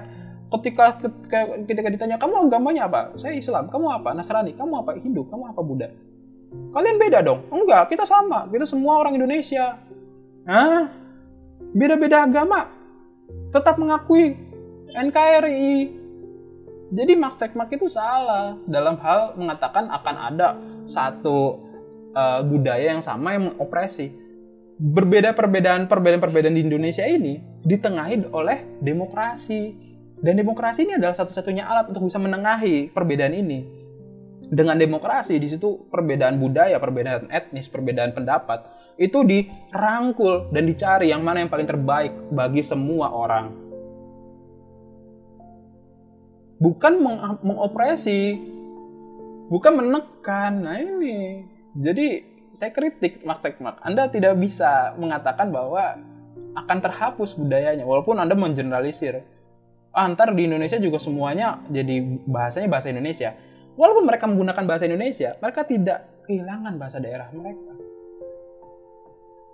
Orang Indonesia ya orang Indonesia, bisa bahasa Indonesia. Tapi orang Sunda ya pakai bahasa Sunda. Kalau orang Jawa ya pakai bahasa Jawa. Orang Batak pakai bahasa Batak. Orang Bugis pakai bahasa Bugis. Orang Melayu pakai bahasa Melayu. Orang Dayak pakai bahasa Dayak. Bisa bahasa Indonesia? Bisa. Tapi tetap bisa bahasa daerah mereka masing-masing. Bahkan mereka memasukkan logat mereka ke dalam bahasa Indonesia. Nah ini saya sering kan dengar kalau ada mahasiswa saya ngomong orang Sunda ya. Dia ngomong bahasa Indonesia itu kerasa banget kedengar gitu. Ada bunyinya. Saya punya teman rekan dosen juga dari orang Jawa. Itu ketika ngomong bahasa Indonesia ada rasa bahasa Indonesianya di bahasa Indonesianya. Bahasa Jawanya di dalam bahasa Indonesianya. Jadi inilah yang membuat kita itu menjadi kaya. kaya akan budaya, kaya akan bahasa, kaya akan pemikiran. Perbedaan itu tidak bisa dihapuskan dan memang harusnya diterima dengan toleransi. Bukan toleransi yang pluralisme ya. Pluralisme itu saya katakan kurang tepat. Tapi toleransi. Toleran itu berbeda dengan pluralisme. Seperti itu. Nah, Max Tegmark mengatakan 10.000 tahun lagi. Oke, saya bahas tentang Max Tegmark, tentang bayangannya 10.000 tahun lagi. Jadi 10.000 tahun lagi Max Tegmark itu mengatakan yang pertama ada beberapa tipe artificial intelligence yang bisa hadir. Ini opsional.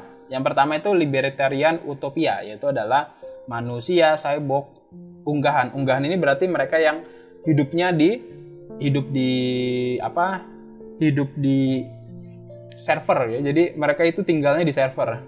Unggahan intelijen super hidup berdampingan dengan damai berkat hak milik. Ya, ini libertarian utopia. Jadi semua manusia itu hidup berdampingan satu sama lain, baik dia itu manusia fisik, cyborg, unggahan, intelijen super, itu hidup bersama seperti itu.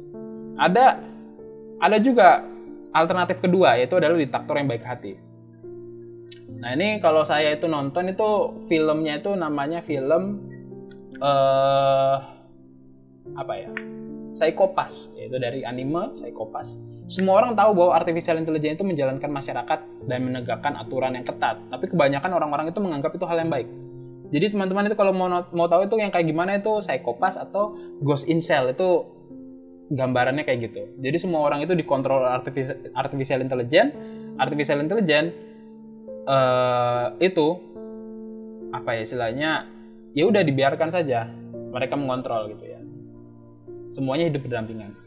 Kalau yang diktator baik hati ini Psycho-Pass, kalau libertarian utopia itu Ghost in Shell, bisa teman-teman tonton, itu film anime. Lalu ada utopia egaliter, manusia, cyborg, dan unggahan hidup berdampingan berkat penghapusan properti dan pendapatan. Jadi ini seperti ini ya, seperti cita-cita komunisme. Cita-cita komunisme ini kan semua orang itu tidak ada properti, semua orang itu memiliki hak milik, istilahnya hak milik bersama gitu ya, dan pendapatan itu dijamin negara. Nah, tapi memang kalau saya kritik utopia egaliter ini kan ya kita lihat sendiri komunisme di Uni Soviet ini gagal. Berarti kemungkinan ini juga nggak akan mungkin bisa tercapai karena utopia egaliter ini akan menyebabkan manusia ini tidak termotivasi untuk hidup, karena kan lewat tuntutan untuk bisa bertumbuh, untuk bertahan, itu kan dengan itu yang mendorong manusia terus beradaptasi. Dan komunisme kan tidak terlalu sukses kan, akhirnya bubar Uni Soviet.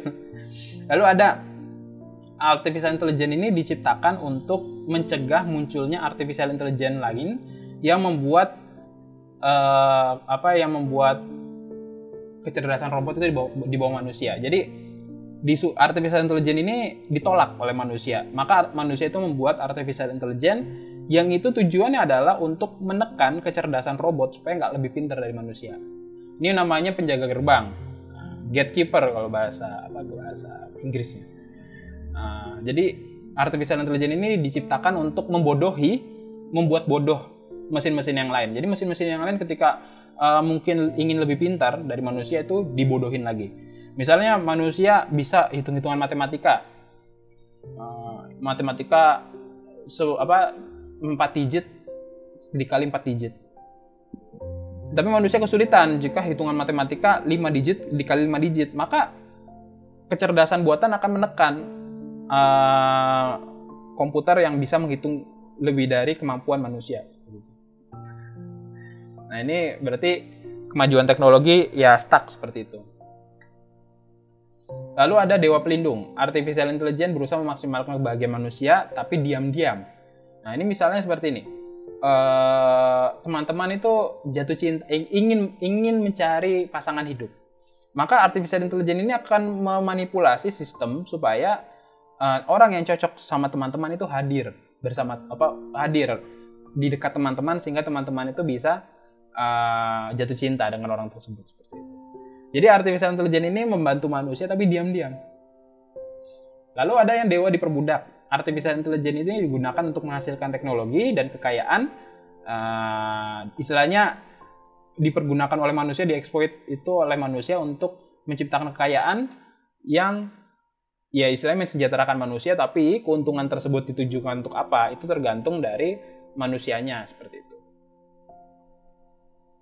Lalu artificial intelligence artificial intelligence itu menyingkirkan manusia karena dianggap sebagai ancaman, gangguan, pemborosan sumber daya. Nah, ini seperti ini ya, seperti Terminator ya, film Terminator. Film Terminator ini kan menganggap bahwa manusia itu penyakit, maka manusia harus dimusnahkan gitu kan. Lalu ada lagi artificial intelligence keturunan, yaitu ada artificial intelligence menggantikan manusia sebagai anggapan bahwa artificial intelligence ini adalah makhluk setelah manusia seperti itu. Nah, ini ada lagi artificial intelligence penjaga ragunan. Saya nyebutnya penjaga ragunan. Karena artificial intelligence ini membuat manusia itu diperlakukan seperti binatang di kebun binatang. Jadi artificial intelligence ini menjadikan manusia itu seperti tontonan aja gitu ya. Di penjara, ditaruh di ya tempat-tempat inkubasi gitulah. Yang penting manusia ini tetap hidup. Jadi kayak tugasnya artificial intelligence memastikan manusia hidup. Walaupun manusia itu hidupnya itu tidak merdeka seperti itu. Dan tipe artificial intelligence yang berikutnya adalah artificial intelligence tahun 1984. Jadi di tahun 1984 ada seorang yang bernama George Orwell itu membuat novel, judulnya itu 1984. Di sini digambarkan sebuah negara yang itu mengopres masyarakatnya. Mungkin gambarannya seperti gambaran negara-negara komunis ya, di era Soviet, lalu seperti Korea Utara gitu ya. Tapi bedanya yang di tipe AI ini itu adalah negara itu memegang artificial intelligence. Jadi artificial intelligence itu dipergunakan untuk mengontrol warganya. Dan artificial intelligence ini mengontrol manusia, dan penelitian artificial intelligence ini dilarang. Penelitian tertentu ya, di mana penelitian ini mungkin nanti akan merugikan orang yang berkuasa. Misalnya manusia itu mencoba untuk menyusun program yang tujuannya itu untuk untuk memperbarui sistem hukum, untuk memperbarui sistem ekonomi, yang itu akan menggoyah penguasa. Maka penguasa ini akan menolak penelitian artificial intelligence itu. Seperti itu. Lalu ada kemunduran. Jadi teknologi intelijen super itu akhirnya dihapus, dimusnahkan oleh pemikiran agama. Ini seperti nanti manusia akan kembali ke Dark Age. Yang di Eropa itu kan Dark Age ya, dulu kan. Nah, itu mereka karena mereka menolak teknologi. Jadi intelijen super akan dicegah lewat ketakutan. Akhirnya mereka banyak yang menolak intelijen super, dan akhirnya mereka kembali ke zaman kegelapan, ke zaman jahiliyah.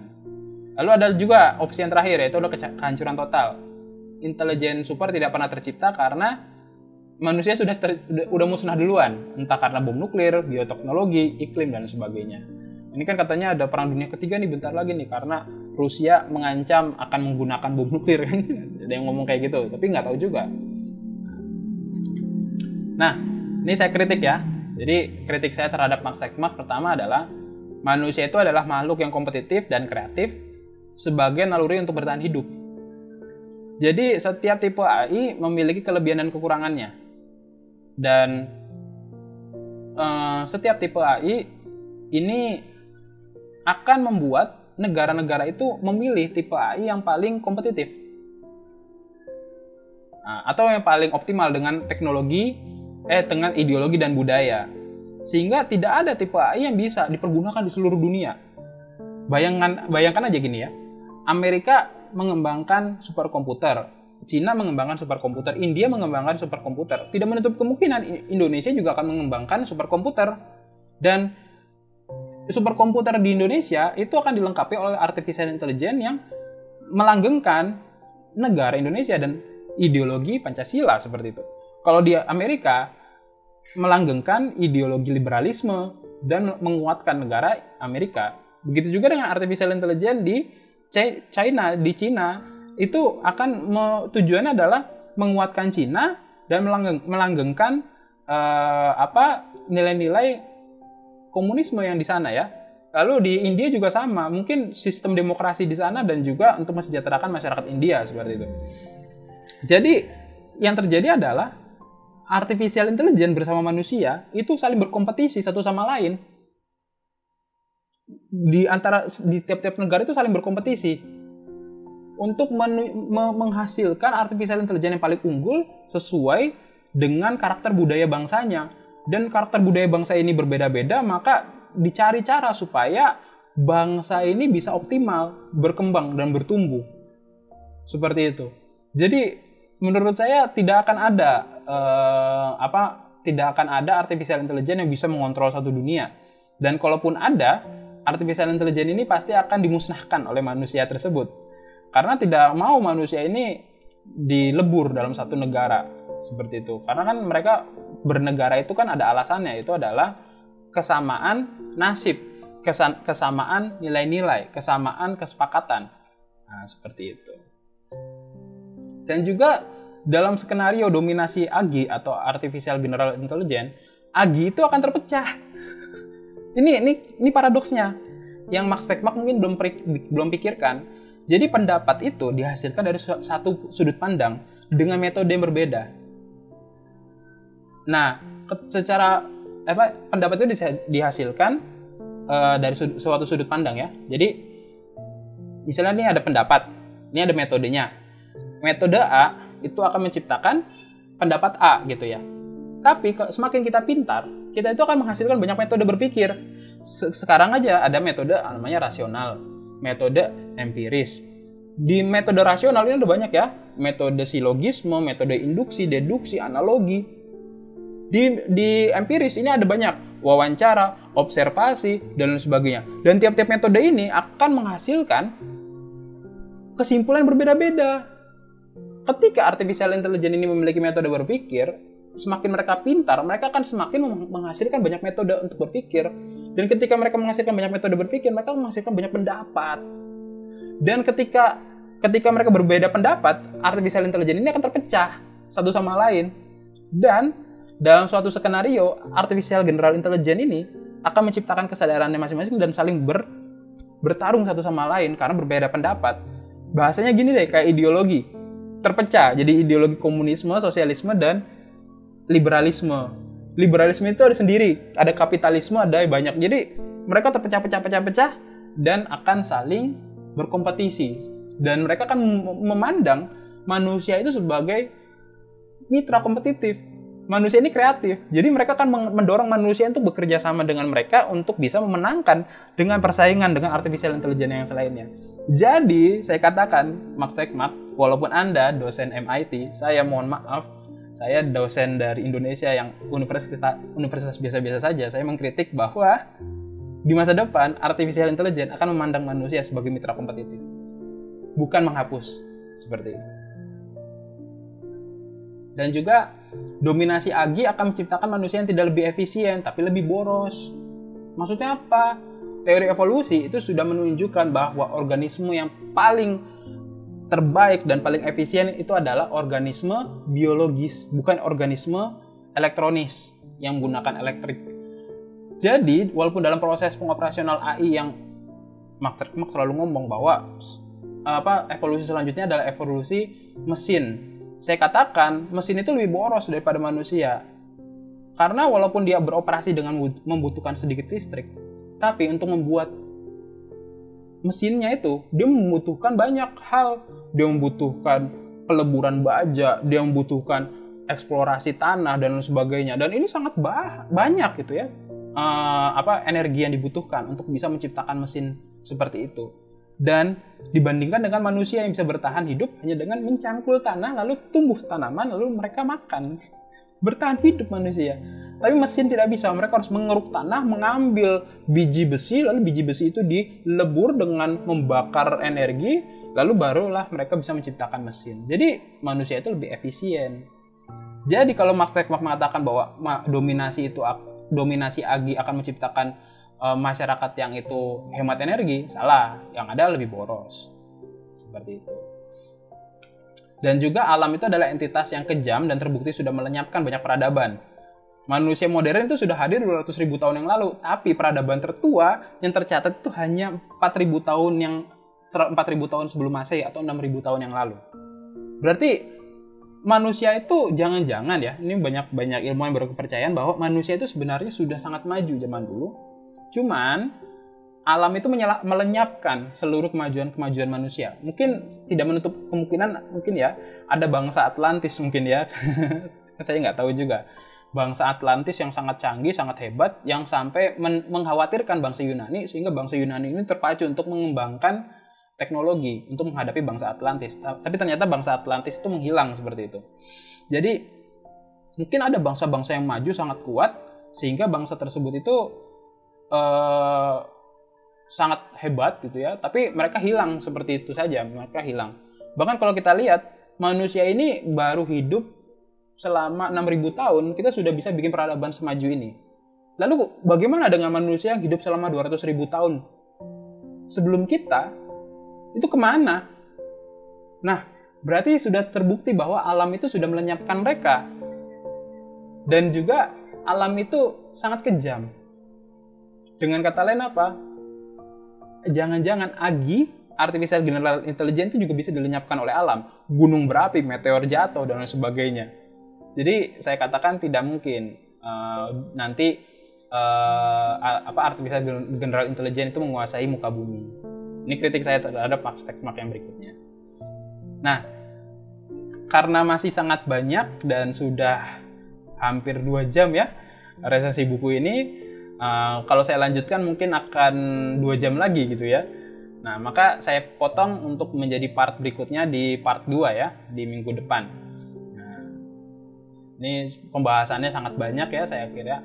Karena saya juga masukkan kritik saya terhadap Max Tegmark. Sehingga teman-teman tidak hanya membaca bukunya, tapi juga bisa menganalisis secara rasional, secara masuk akal, dan juga secara empirik. Seperti itu. Jadi nanti sampai jumpa di minggu depan ya, di pembahasan manusia di era AI part kedua. Untuk menutup pembahasan kali ini, saya akan menyampaikan quote dari Max Tegmark. All too often, schools resemble a museum, reflecting the past rather than shaping the future. Terlalu sering sekolah itu hanya membicarakan masa lalu dan menggambarkan kesuksesan masa lalu daripada mempersiapkan menyiapkan murid-muridnya untuk menghadapi masa depan dan membentuk masa depan. Oke, sekian untuk resensi buku kita kali ini. Kurang lebihnya saya mohon maaf. Subhanallahumma wa bihamdik, asyhadu alla ilaha illa anta, astaghfiruka wa atubu ilaik. Wassalamualaikum warahmatullahi wabarakatuh. Sampai jumpa minggu depan.